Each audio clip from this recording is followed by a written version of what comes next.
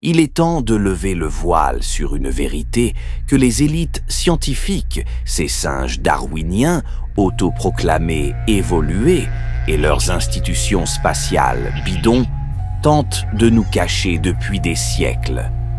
La Terre est plate. Cette affirmation n'est pas une lubie pour attarder, comme le braillent les têtes de globe, mais une réalité étayée par des observations directes et des expériences que même un enfant pourrait comprendre.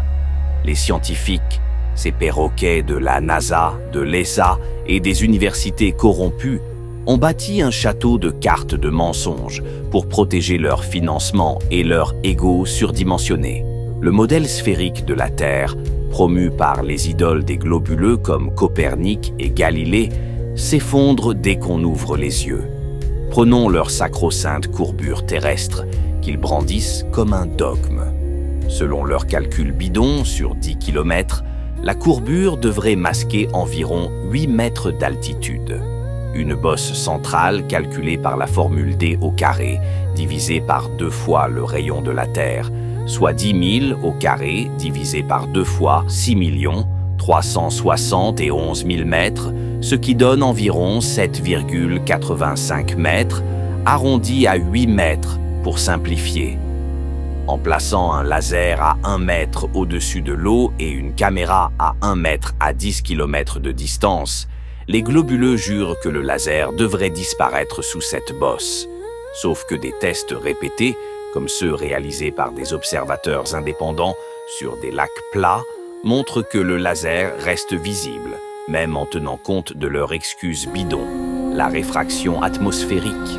Cette réfraction qu'ils invoquent comme un joker est si variable qu'elle devient une pirouette pour masquer l'évidence. L'horizon est plat, les amis.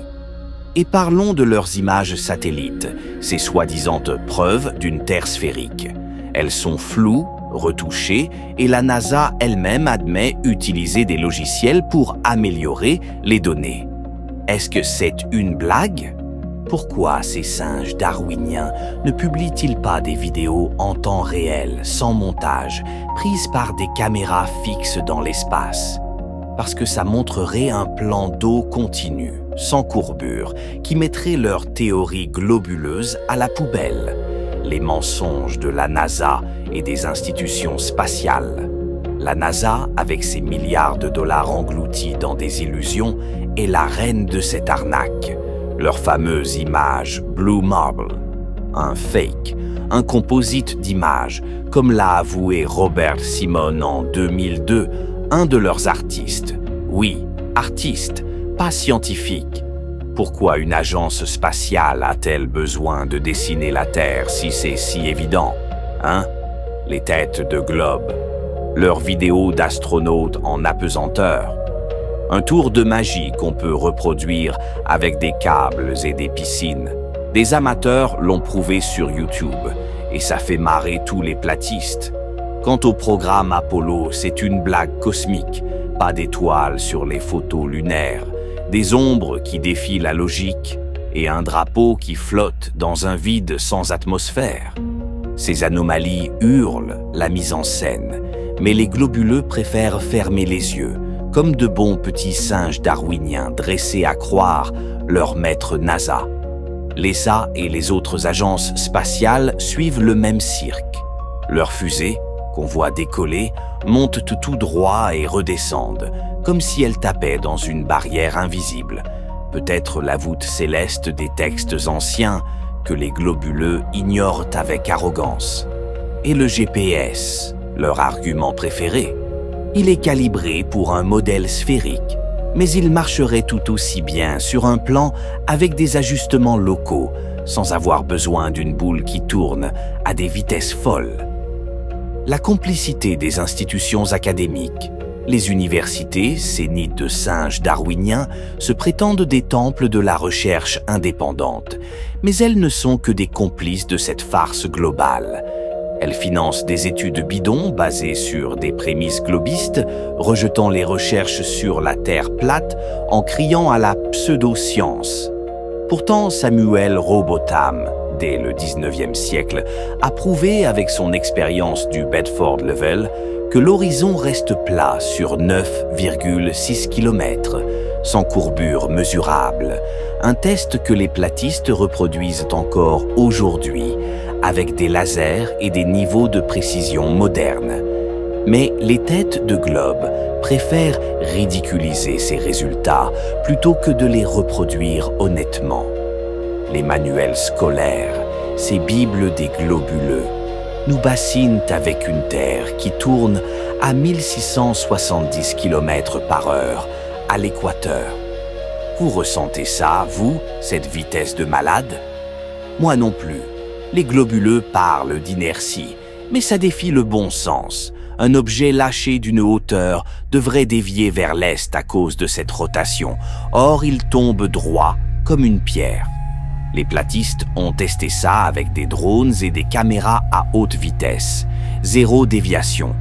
Les forces centrifuges, surtout près des pôles où la rotation est plus lente, devraient être mesurables. Mais rien, nada. C'est une preuve écrasante d'une Terre statique et plate, et les globuleux peuvent bien continuer à se gratter la tête comme des singes.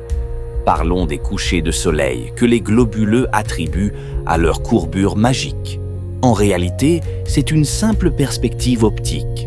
Le soleil s'éloigne, sa lumière s'affaiblit à cause de l'atmosphère.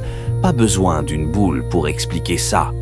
Avec un bon télescope ou des jumelles, les platistes ont vu des bateaux et des montagnes réapparaître après avoir disparu sous l'horizon, prouvant que c'est une illusion atmosphérique, pas une courbure.